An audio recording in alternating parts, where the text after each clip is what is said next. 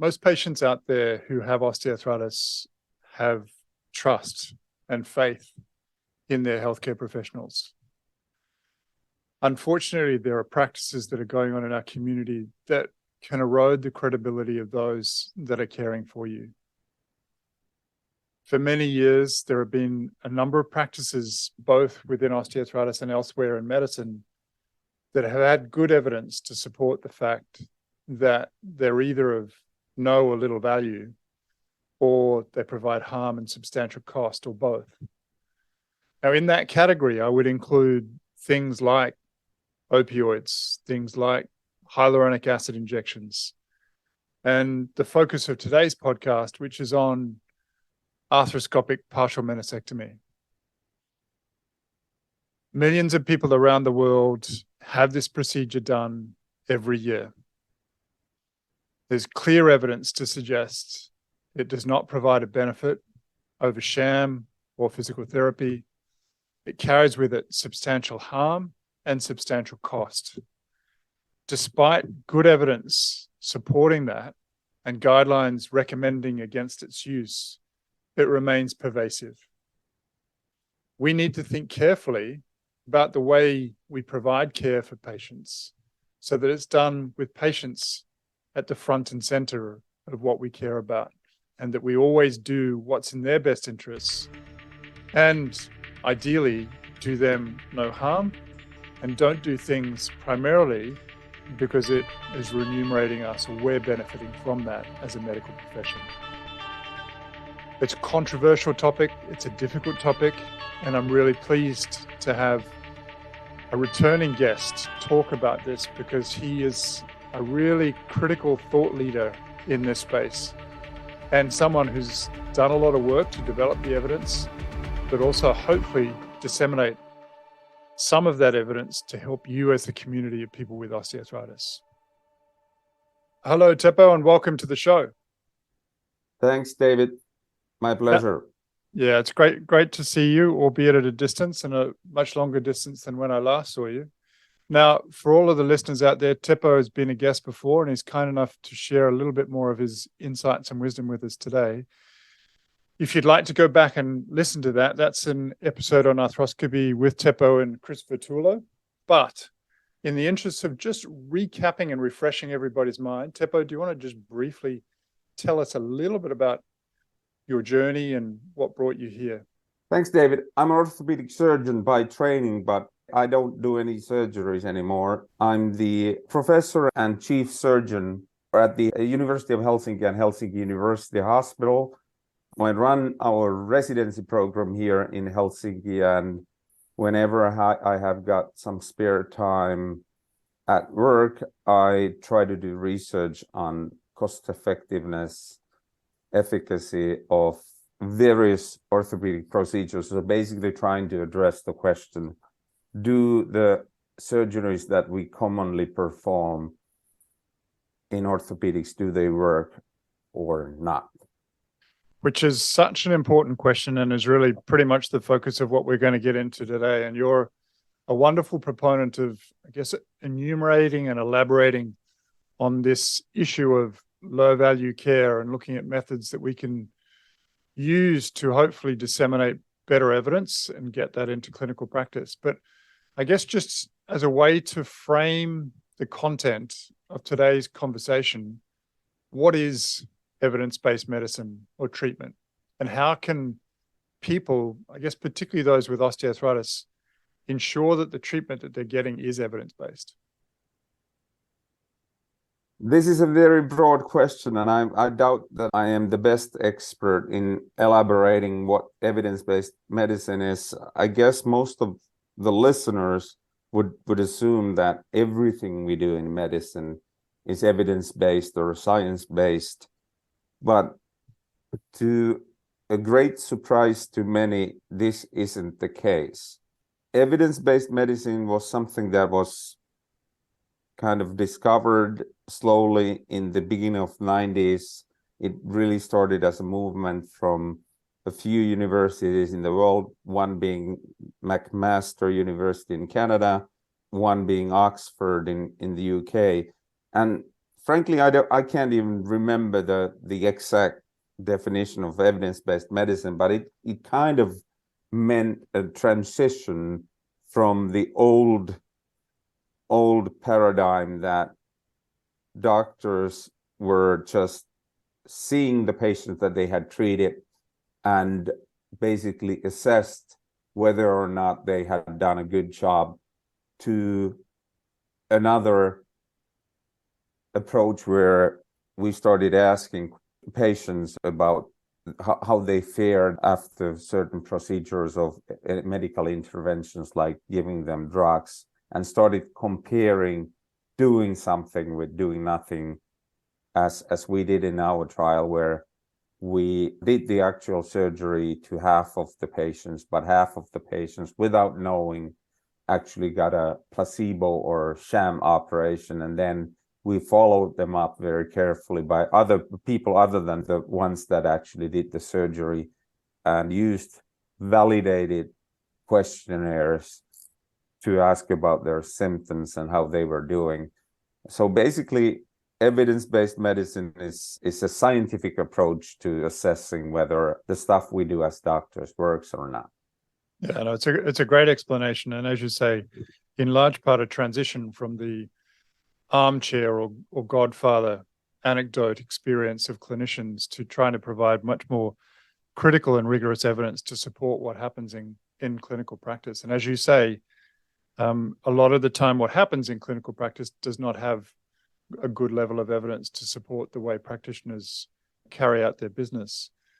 How can patients who are out there try to ensure that the treatment that they're receiving is evidence-based, if they can at all? That is a fascinating question. And as a patient, I can totally understand that if you're listening to this podcast, you feel confused, because you have every right to expect that the person who is treating you, whether he or she is a doctor or a physiotherapist or any other healthcare professional, you would expect him or her to practice science-based clinical practice, but that really isn't the case.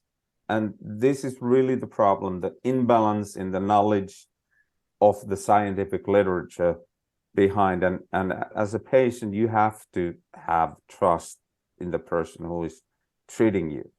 How do you ensure that the person treating you is doing it in a scientific manner? I've been in the business for the past 30 years, and I guess it is the obligation of our system.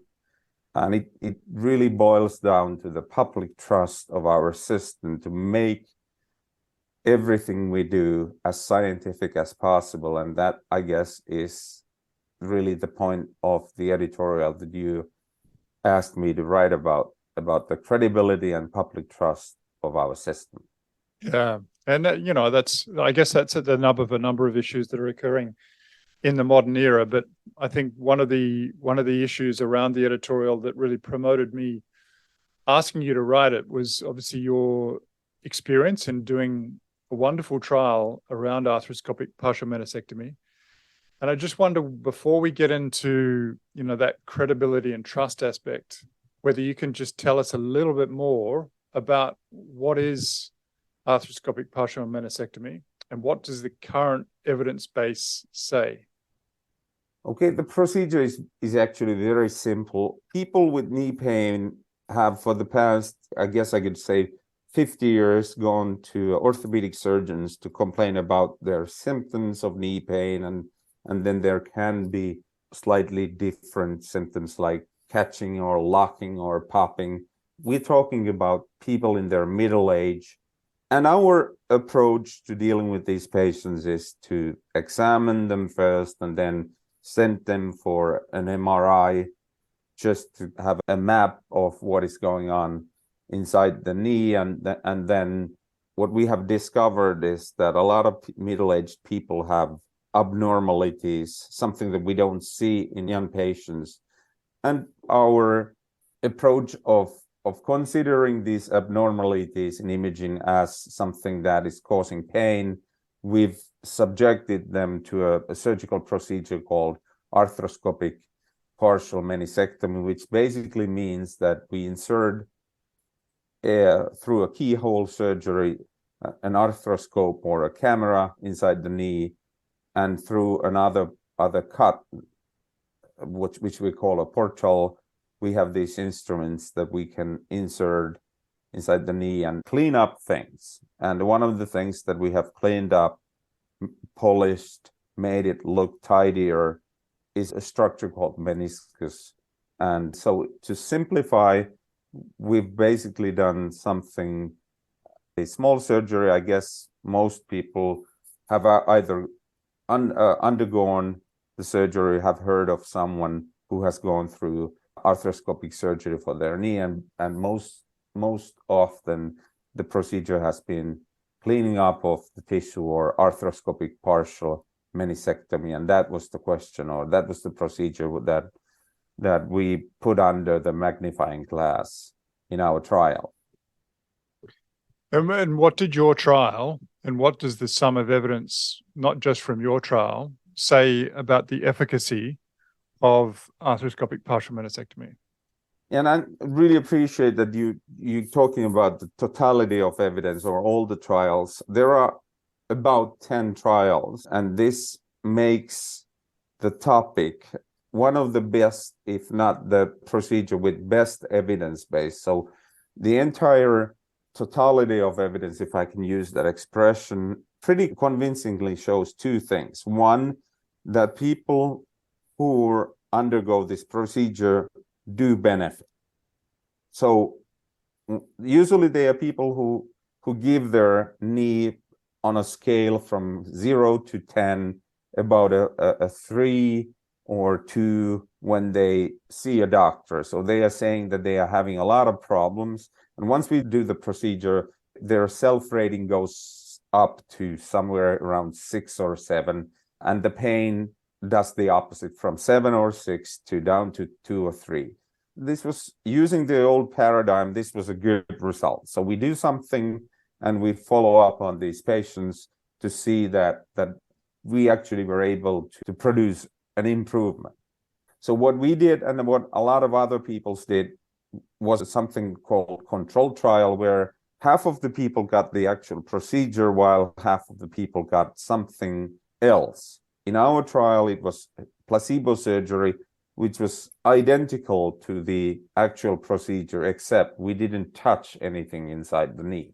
We just kind of looked around to make people believe that we are doing the actual surgery, but we didn't touch any of the structures, while others have compared the surgery to something non-surgical, such as physical therapy, exercise therapy. And if I have to try to kind of give a very coarse overview of these studies, none of these studies have actually shown that the actual procedure, which did improve the patient's knee, improved it any more than the control procedure, whether it was SAM or placebo surgery, or whether it was just exercise therapy. And in the modern era of evidence-based medicine, it isn't enough to show that patients improve. They actually have to improve more than giving them something that is considered inert or placebo. So this kind of shows how evidence-based medicine is practiced. You have the intervention in question compared to something less, or doing basically nothing, which was the case in our study. And if the intervention proves to be effective, then it has to be able to produce an effect that is larger than the control intervention.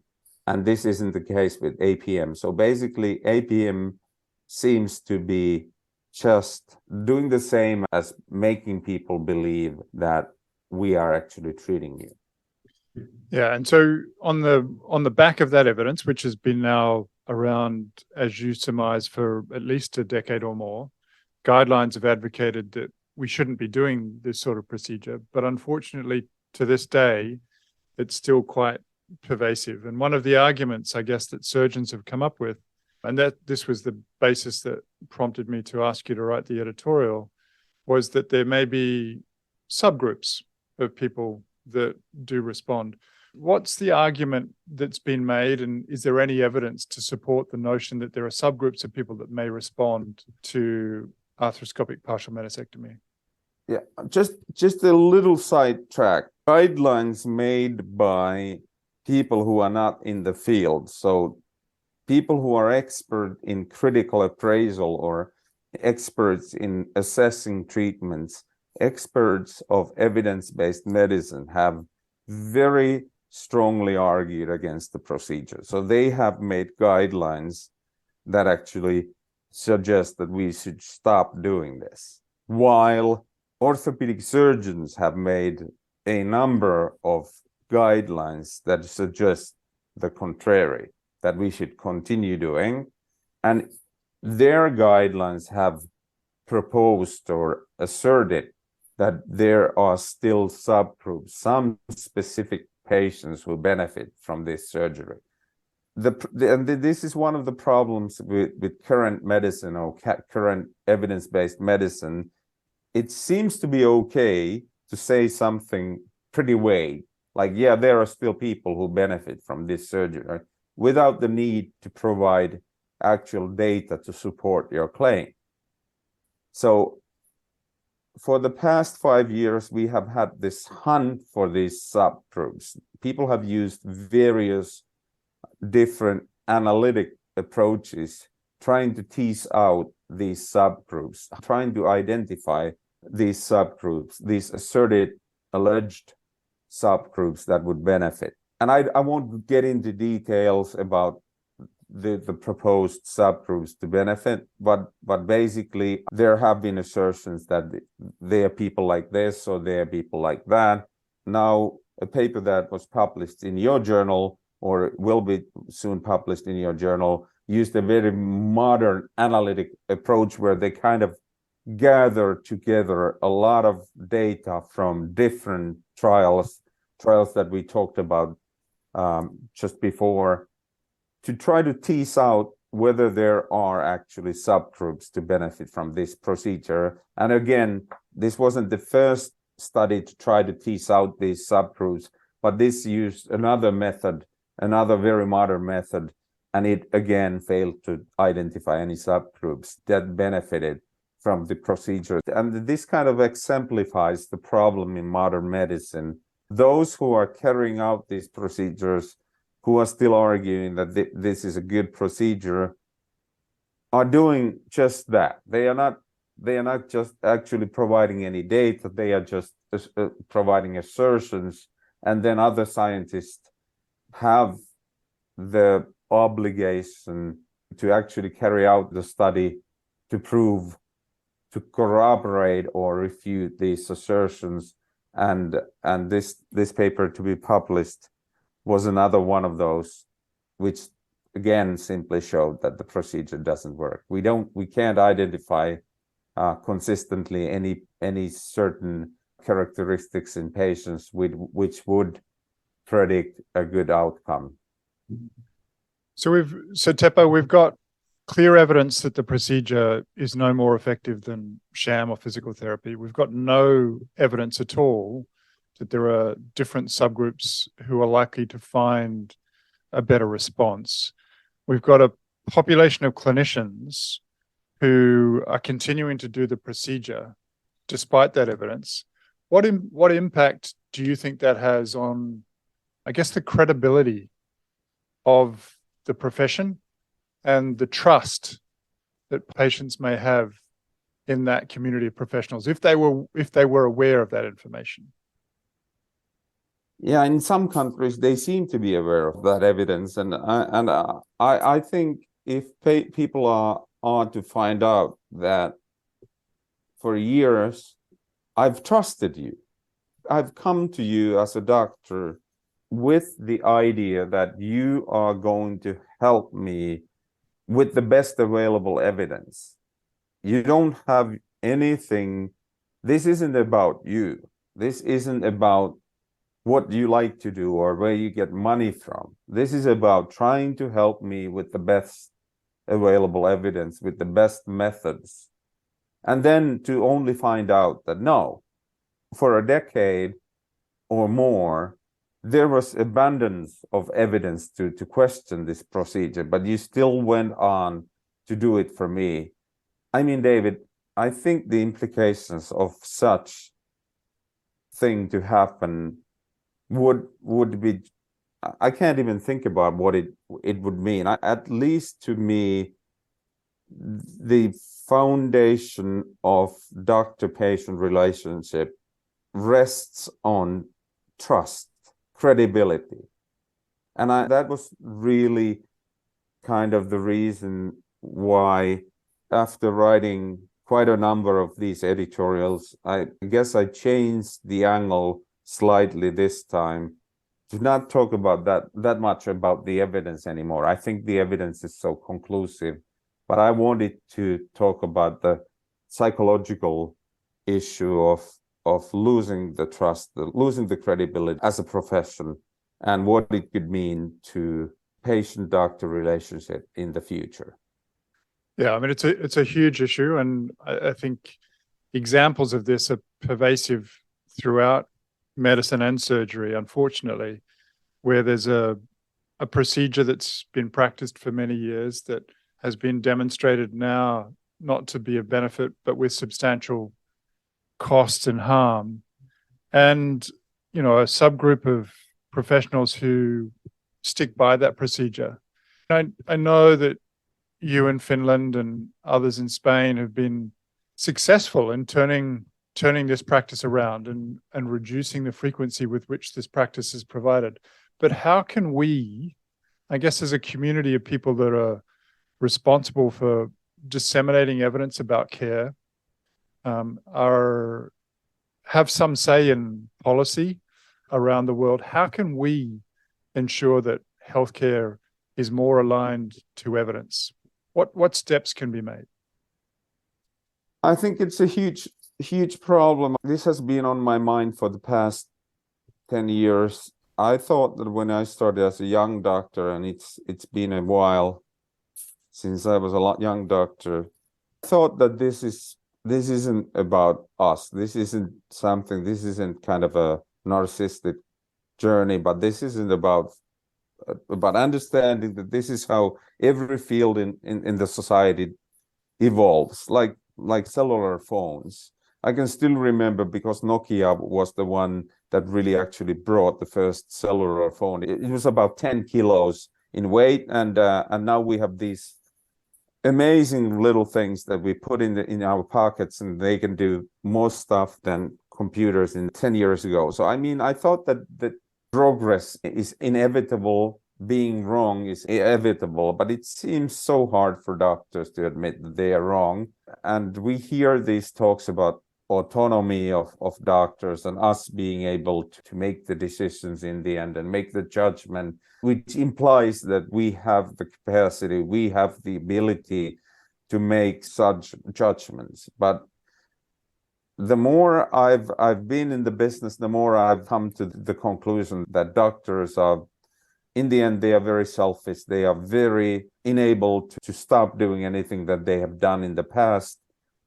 And I've really reached the conclusion that we have to start restricting. We have to empower something impartial, some organization that isn't so closely affiliated with the clinical practice, that simply goes through the science and makes decisions on whether or not to continue doing any practices, because otherwise it takes a generation to stop a procedure that is proven futile. And Teppo, I guess just to explore what that might be, because I completely concur with you that I think at this point we've got to the level where we know that the health professionals responsible are probably not going to accept responsibility for it. This particular problem, as mentioned, is not unique to osteoarthritis, but in osteoarthritis we have lots of examples of this, whether that be hyaluronic acid injections, whether that be the use of opioids, whether that be arthroscopy. How do we stop that? And who should be responsible for that? So is that a medical review board that makes decisions around reimbursement? Is this auditing clinical practices? to identify people who are not practicing appropriately and coaching them, but if necessary, penalizing them. What do you think it's going to take in countries that haven't been able to adopt the evidence to bring them into line with what they should be doing? I think in the end it's going to be a political decision, but I'm also very skeptical about the politicians, because it's going to bring a lot of turmoil along with such a suggested change. So I wish in the end, at least in Finland, doctors have a really good reputation. I think they are still enjoying public trust. I wish it was the doctors as a collective who would understand that while I think the entire medical world is struggling with, after COVID healthcare crisis and the funding crisis, that we would really kind of rise to the occasion and make tough decisions. But at least in Finland, at least in the past, all of these organizations that are supposed to start prioritizing have very little power. So we should somehow find the courage within our profession to really empower people to start making these judgment calls. Otherwise, I mean, at least here in Finland, we are running out of money. We are in a huge crisis with the funding required for healthcare. And I think this would still, in the end, I know that it would be a painful project, but it would still be far less painful than having to slice from other procedures kind of in a very unsophisticated way. By cutting on practices proven futile, it would still be far less harmful and less, I mean, of course it would hurt those individuals working on their entrenched practices, but as a medical community, I think it would still be far easier to accept the fact that, yeah, this seemed like a good idea, but it proved not to be a good idea. Let's stop doing it. But I'm sorry to tell you, David, that I'm quite pessimistic that medical profession is ever going to show such spine and courage to be able to start cutting on value care. I mean, we've tried it for the past decade with little success. And I mean, people way smarter than I have tried it. You've probably given it a lot of thought. I mean, I'd love to hear your thoughts on this. I'm not disagreeing with your philosophy here at all, Teppo. I think from the perspective of the medical communities responsible for providing the procedure, to my way of thinking, they've had ample time to digest the evidence and implement that evidence. And it's been well disseminated. There's been no shortage of dissemination efforts. So the evidence is widely known. And I think the purveyors of, in this instance, arthroscopic partial meniscectomy, but for that matter, whether it be opioids or hyaluronic acid, are well aware of the evidence, and they're flying in the face of that. And they do so because it's entrenched in their practice and they're remunerated for it. And I think sometimes to change, it's really, really hard. So they've had the opportunity. My take on this is that, well, we do have good policymaking authorities responsible for reimbursement. We withdraw reimbursement for this type of practice. So if we know someone's over 50 and they've got a meniscus tear that's degenerative, and unless the knee is locked, they should be having non-operative care. And you don't reimburse for the operative care. And then if people continue to find a way to get reimbursed, you start auditing practices and do so from the scientific societies. So that way, from the professional society, they're writing letters to their peers, to their colleagues, advocating that they shouldn't be doing this practice anymore. Over time, but at this point in time, it's being done, to my way of thinking, passively. So it's basically saying, you've got the evidence, adopt the evidence, but there's no what if, there's no carrot, there's no stick as a consequence. And I think we need carrots and sticks to change professionals' behavior because, it seems so entrenched. And, you've been successful in Finland, and as I said, others have been successful in Spain, but there are little pockets of success, but there are huge wastelands of waste and harm and substantial costs that we just need to fix because, there's no better time than now. As you said, every economy around the world is suffering. Healthcare resources are really, a precious resource, and we just can't afford to waste it on this. It's just, it calls for us to do better. So anyway, that's my little gospel passage. I'll get off my soapbox for now. You probably have something a whole lot more insightful to say. Yeah, no, I completely agree with you. I think one of the problems, and it really goes back to medical schools. As doctors, most of the youngsters that get into this business really come for the right reason. They want to help. But when they are taught by at least in Helsinki and in Finland, they are taught by the top level experts who are supposed to be very enthusiastic and excited about the stuff that they are doing. The problem is that evidence-based medicine and critical appraisal isn't really taught in medical schools. They are just like enthusiastic paddle players or squash players. They think that the sport that they are doing is the best sport in the world. And it is heartbreaking to hear that the stuff that I've been doing isn't actually working the way I thought it is working. But that is something that has to be brought into medical school. At least it helped me to see the evidence, not just to hear, but to see the evidence that if you split medicine very coarsely into three categories, the procedures, the interventions, the medical treatments that are somewhat beneficial, the ones that are very little beneficial or low value care, and the ones that are harmful. Right now, the current estimates are that 60%, 60, is the percentage of procedures that can be considered by some standards to be at least somewhat beneficial. 30% belong to the group which are clearly low value care. And then we have that 10% of medical interventions widely implemented, widely in use, are actually harmful. So 60, 30, 10, and if we can really drill into that 40% or roughly half of the stuff that we are doing, let's keep doing the stuff that has at least some evidence that it is beneficial. And by doing that, we would cut enormously in healthcare spending. We would really increase the credibility, the public trust in our profession.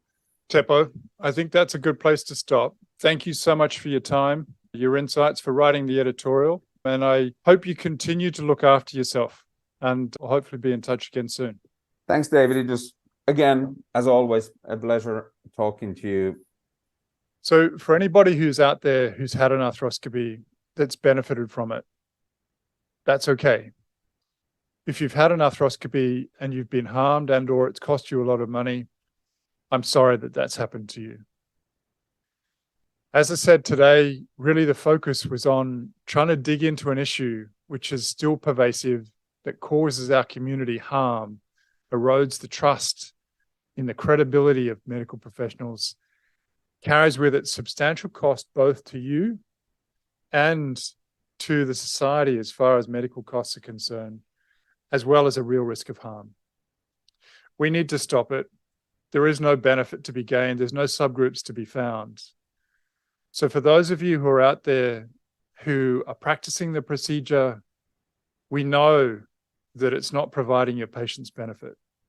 Hopefully by virtue of improving the knowledge of healthcare professionals coming forward, this practice will continue to change. But ultimately, I actually think it's going to require policy change and investment in disinvesting in this care and providing carrots for better quality care. Again, I hope you found today's topic helpful and insightful. I really appreciate the opportunity to share these conversations with you because I think it's critical for you becoming better informed and you making better decisions about your own healthcare. So between now and when we next have an opportunity to have a meaningful discourse, please do take care of yourself. And thank you so much for your attention. Thanks for listening to Joint Action with David Hunter. If you like our show and want to know more, visit www.jointaction.info. If you have any questions, you can email us at hello@jointaction.info and follow us on Twitter @jointactionorg. This podcast was hosted by David Hunter, edited by Vicky Duong, music produced by Jordan Hunter. The information posted on this podcast is not intended to diagnose, treat, cure, or prevent disease. Anyone seeking medical advice should consult a health professional.